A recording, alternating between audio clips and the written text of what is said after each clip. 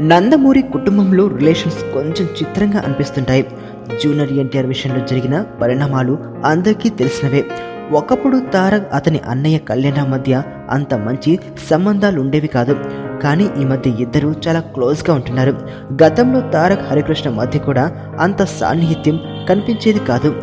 ఇద్దరూ కలవడం తక్కువ ఉండేది. కానీ గత కొన్నేళ్లలో పరిస్థితి మారిపోయింది.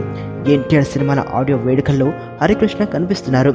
తాజాగా కళ్యాణ్ రామ్ ఈజం ఆడియో వేడుకలో ఎన్టీఆర్ హరికృష్ణ జోడీ అందరి దృష్టిని ఆకర్షించింది.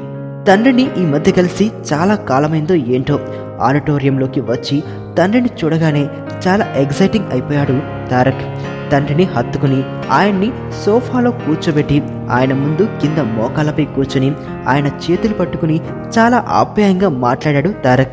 ఆశ్చర్యకరమైన విషయం ఏమిటంటే హరికృష్ణతో కాస్త అంటి ముట్టినట్లు కనిపించే అతని సోదరుడు రామకృష్ణ ఈ వేడుకకు వచ్చాడు. ఆయనతోనూ ఎన్టీఆర్ చాలా ఆప్యాయంగా మాట్లాడాడు.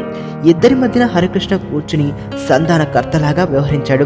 తండ్రితో చాలాసేపు నవ్వుతూ చాలా మాట్లాడాడు తారక్. ఇదంతా చూడడానికి నందమూరి హీరోలకు రెండు కళ్ళు సరిపోలేదు.